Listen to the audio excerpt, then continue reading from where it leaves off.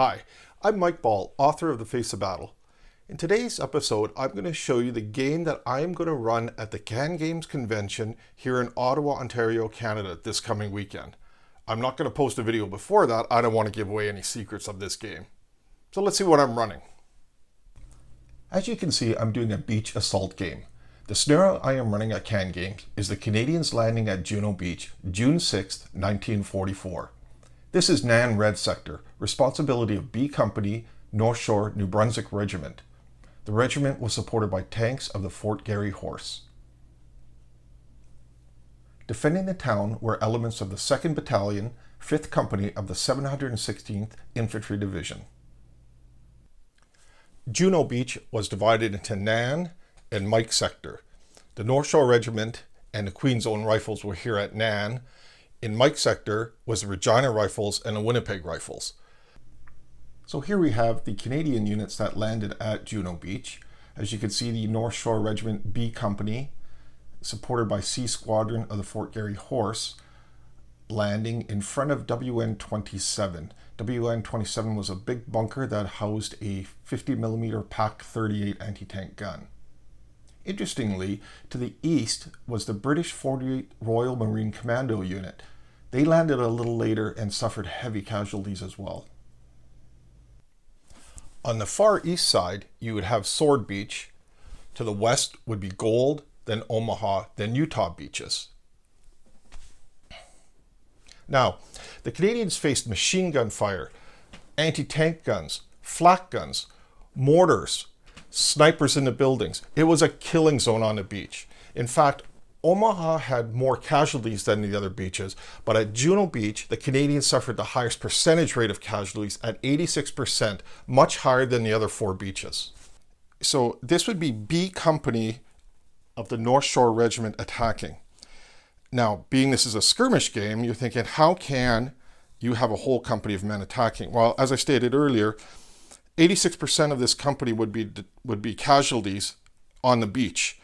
That would leave a very small amount of men that would make it to this here seawall.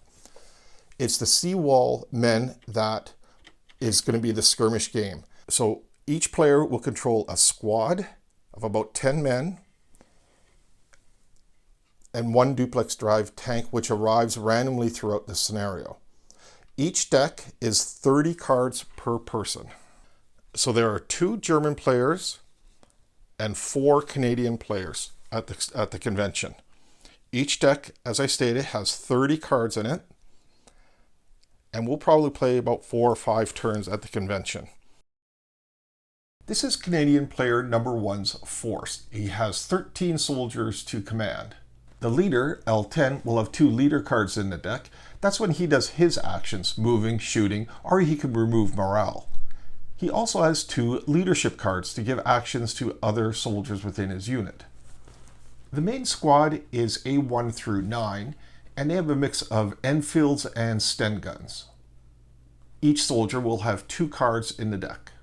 Each soldier in the 50mm mortar team will also have 2 cards. Finally, the force has 2 medics, which also have 2 cards each in the deck. That totals 28 cards.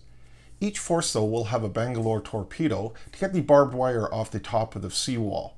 Therefore, we must add a demolition card to the deck. Finally, we will add an advancing card. This is to allow the entire squad to get 1 free move while it's on the beach. So player 1's deck is complete with 30 cards. The objective of the Canadian units is to get up and over the seawall. They have Bangalore torpedoes to get through this barbed wire. They have demolition charges to breach the seawall and allow the Sherman tanks to get up out of the beach and into the city. So their objective is to get farthest into the city as they can, and they'll get points of how far they go in beyond this seawall here. Now, as you can see, I play in 20mm.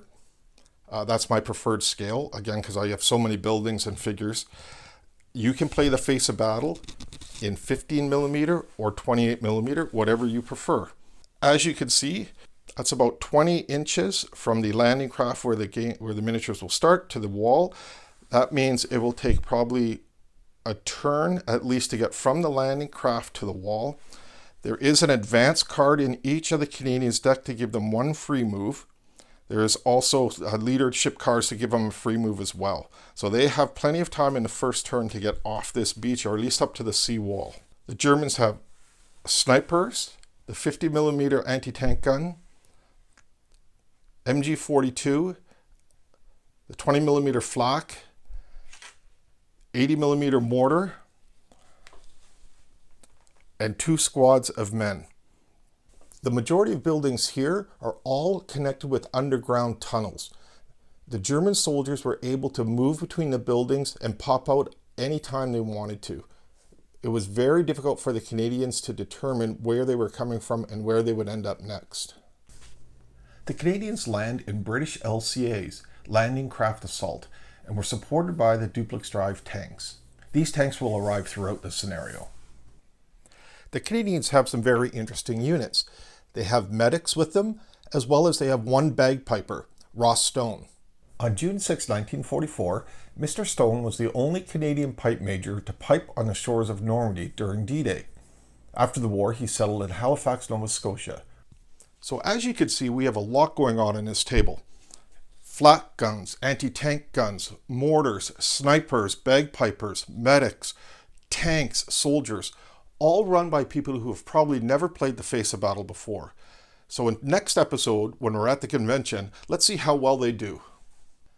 Thanks so much for watching. Don't forget to hit subscribe, and I'd love to know your comments.